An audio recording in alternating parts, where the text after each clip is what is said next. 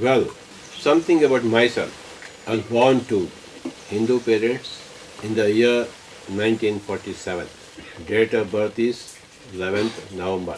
Place of birth is Shakkarnagar, Bodhan, Nizamabad district, Telangana state.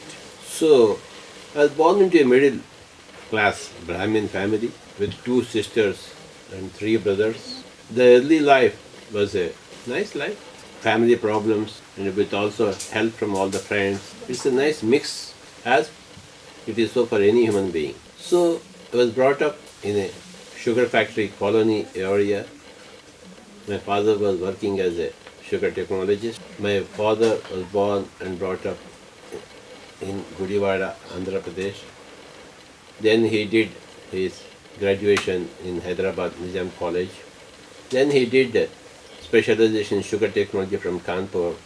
Then he worked in various sugar factories and he settled in Bodhan Nizam Sugar Factory Limited. Right from 1939 to 1965 when he retired. So we were all brought up in that sugar factory colony area called as Shakkarnagar in the taluk town of Bodhan, the district of Nizamabad, which is bordering between Telangana and Maharashtra. My schooling was done in Shakkarnagar, primary school Nagar. Then the middle school in Government High School, Bodhan, where we used to walk for a couple of miles and go to the school and come back every day. And then from the high school, we were put in Secunderabad city. I was studying at Mabu College High School. Then later on, I did my BSc in the Secunderabad Science College. Then joined the Agricultural College, Andhra Pradesh Agricultural University in Rajendra Nagar, where I did my graduation in agricultural science. Then later on, I studied postgraduate soil science for my MSc Agriculture. Then I did work as a research fellow in the Indian Council of Agricultural Research for 1 year in the same Rajendra Nagar. So this is my academic background. My elder brother is a great physical scientist. He is an engineer. He took his PhD from Manchester at the very young age of 32 years. My father was a very pure person, but he was schizophrenic. So half of the period in a given year he would be in mental hospitals. So we would be shuttling between mental hospital and home, servicing my father by turns. So, and when he would come back to the home, there would be a lot of trouble. He is a schizophrenic patient, very severe schizophrenia. A lot of fights at home. And my mother was a great master, so she used to be the backbone for the whole family, very distressed family. But help came from all the sides. All my father's colleagues in the area, in the colony, they were all very helpful, greatly helpful. So my early life, one of my neighbor is a Muslim, another neighbor is a Christian, another neighbor is a South Indian, another neighbor is a North Indian, one from Gujarati, one from Maharashtra. So all kinds of communities in India were represented by in our colony. So we used to go to every other house and eat and play. So it was a a great community life and lot of helpful nature. And I grew up in such atmosphere. And there are a lot of music and dance in our family. My mother, a lot of music in her. Her passion was to make us musicians. Then we did become musicians. In the year 1963, in Secunderabad, my elder brother took me to his own guru, music guru, Carnatic music flute guru, Sri T.S. Chandrasekharanji.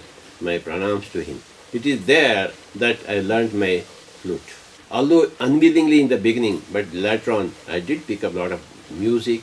Music is a very great. It comes to you from past lives. All things come to you from past lives.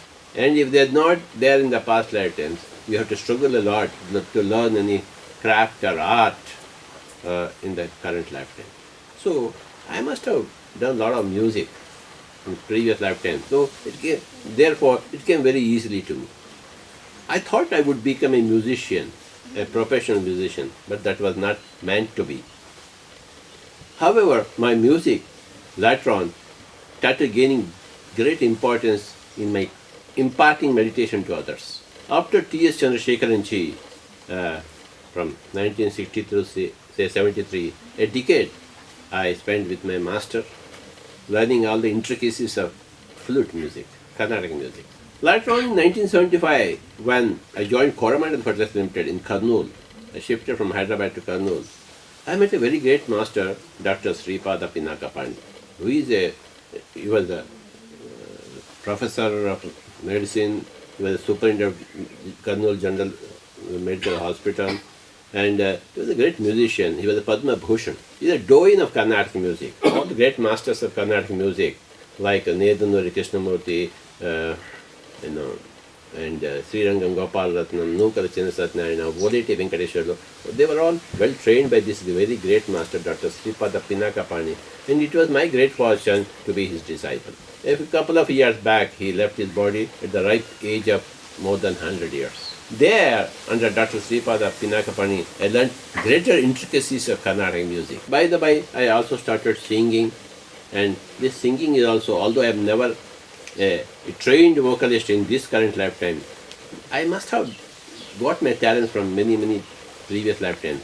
So the singing also came automatically. I sing and play in the meditation sessions. Music is disturbing to a very small percentage of people in the beginning, but it is helpful for 99.9% of people in enabling them to go into deeper meditation states and relaxing the worldly mind. Music relaxes the worldly mind. So when you do meditation with music, your meditation is thrice more powerful. While putting some music, I would recommend only instrumental music, nice violin or tabla, mridangam or shahnai or sitar or veena or flute, mandolin, any of the instruments. For meditation, Hindustani instrumental music is better than Carnatic music. That's what I found. And my music, my training in music helped me in my meditation. My brother, elder brother, has a great scientific background, scientific bent of mind. It is he who put me into agriculture, science, and he said, you must go into science. So that's how this very scientific movement, called as the Pyramid Spiritual Movement, started with a very scientific base that I have had. I would read all the scientific books. Between the years 1971 and 74, I withdrew from my academic studies and concentrated on studying for Indian Administrative Service IAS. So I used to go from morning to night, libraries all over Hyderabad city, and read every book. For 3-4 years, I read and read from morning to night, and taking on so many competitive examinations. So increasing my general knowledge about everything, becoming very holistic. Every book from communist to Patanjali I would read in the libraries. I would read from anthropology to ancient history to geography to astronomy, everything, every book. So that exhaustive reading helped me to balance all my worldly knowledge and spiritual knowledge. So finally, in the year 1975, one of my friends in my own company, E.A.D. Parry Company, which is sister company, we in Coromandel Fertilizers and in E.A.D. Parry, we work together. Our products are marketed by them. So one of the salesmen, my colleague, Sri Ramachandra Reddy, he was very close to me. I was very close to him in Kurnool. And how I came into meditation is that, he, Ramachandra Reddy, developed a lot of back pain. He used to go from doctor to doctor, hospital in search of cure and healing. Nothing would happen. Finally, some guy told him when he was traveling in a bus, hey, you do meditation, the back pain will go away. He didn't ask for meditation, what meditation is. There is a general feeling in India that for meditation you should close your eyes and sit quietly. So he did that for some time. Within 2 or 3 nights, then the back pain vanished, which was giving him a lot of suffering for many months, years. So then one day, one guy came to his house. He said, I would sleep in your house. Okay, please sleep in my house. It's all empty. So my friend Ramachandra Reddy, although his back pain had gone, he was accustomed to sitting throughout the night. It was very comfortable for him. So when next day morning this guy asked Ramachandra Reddy, what were you doing in the night? No, I am simply meditating. How do you meditate? Just close your eyes and sit. That's all. Then this great master said, you must observe your breathing. So that's the point. That's the first point where we got Anapanasati. Just observe the breath without any chanting any mantras. Then this master, his name is Ramadasappa, a businessman from Raidur in Antapur district. Okay, he gave a Bhagavad Gita to him. He said, you read this Bhagavad Gita and in your meditation you observe your breathing. This happened somewhere in the year 1977 or so, I think so, 76, 77, yeah. So this our friend, Mr. Ramachandra Reddy, started observing his breathing while he was sitting in meditation. He used to get a lot of visions. He used to give me a ring. Subhash, I saw this today, this today, this today. I was very much happy. I used to tell him, okay, continue to meditation. See whatever you want to see, whatever is this you are seeing. So I was the only person encouraging him. He was the only person doing meditation and revealing his experiences to me. This went on for a couple of years. I was very much well versed with so many books. I have read meditation books and yogis books so much, so I know many of the experiences, theoretical, from the books. And here is the practical person, my own friend, who is doing meditation, who is getting experiences. So I used to tell him, okay, this is what is there in the other books also. Others also have experiences, these visions, third eye visions. You go ahead. And one day he even told me the color of my shirt. He was in Antapur, I was in Kurnool. So he was telling about what he was seeing in my home, my own house. That was the breaking point. That gave me all the faith for me to invest my life in meditation. Then I did start my own meditation very seriously. Then many things happened. By the year 1979, I realized my purpose of life was not to stay in some fertilizer company, making some money, having a wife, a couple of kids, going for house and a normal life and retirement life, like my father or anybody else. It is not my destiny. In the year 1979, I realized my destiny that I have to teach meditation to the whole of the world. In due course, of course. Since now I know the whole process, whole thing of what is called enlightenment, how to come out of dukkha, how to come out of suffering, how to heal yourself. Then, from 1979 onwards, I started reading exhaustively, specifically spiritual science books, spiritual books. From the period 1979 to right now, so this is 2015, I must have read all the spiritual masters and all the books of all the spiritual masters. Starting with Lobsang Rampa. His book, You Forever, opened my eyes wide to life after death, to astral travel, to other dimensions. So then started reading so many great masters like Ruth Montgomery, Shirley MacLaine, Annie Besant, Blavatsky, Ledbetter, Jina Rajadasa, Swami Rama, Yogananda Paramahansa, Osho, so many masters. From in the decade 1980 to 1990, 10 years, I would just buy books and read, go to the library and read spiritual books, spiritual science books.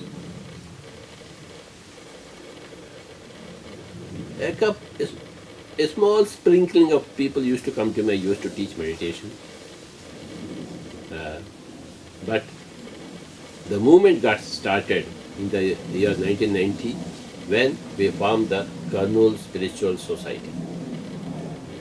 Now there are so many spiritual societies all over India, and every day one spiritual society is getting born. I belong to a middle class family, neither rich nor poor. I come from an intellectual family. I come from an artistic family. I come from a humanitarian, a vegetarian family. And there is no spiritual tradition in my family. So I was the first person to start this spiritual tradition in my family. Of course, many of my family members didn't like me going into spirituality. It was very strange for them. It was not acceptable norm in the family circles. So as I went deeper into spirituality, I was going away from my family members. Now only my wife, my children are with me. And my sister is on and off, my younger sister. Otherwise, all the other members of the family, they don't want spiritual. Now there is a vast pyramid family everywhere. Every village, every town, pyramid masters are there. More than 1 million pyramid masters are there right now, working day and night, happily working. So, very happy to belong to this great pyramid family where everybody is a Buddha, nothing less than a Buddha. Joyous human beings, who are divine human beings, who are no more animal human beings. They have eschewed their animal tendencies, they become divine through constant practice of meditation, studying very avidly all the books by all the great spiritual masters, right from Buddha, Patriji to Deepak Chopra, Osho. Unless you do a lot of meditation, unless you do a lot of reading books, unless you hear from others' experiences, meditation experiences, unless you become a vegetarian, you are not going to become a divine human. Divine human being is not about constructing temples and churches and masjids. It is about doing meditation and experiencing the grand self in yourself. We are a multi-layered system.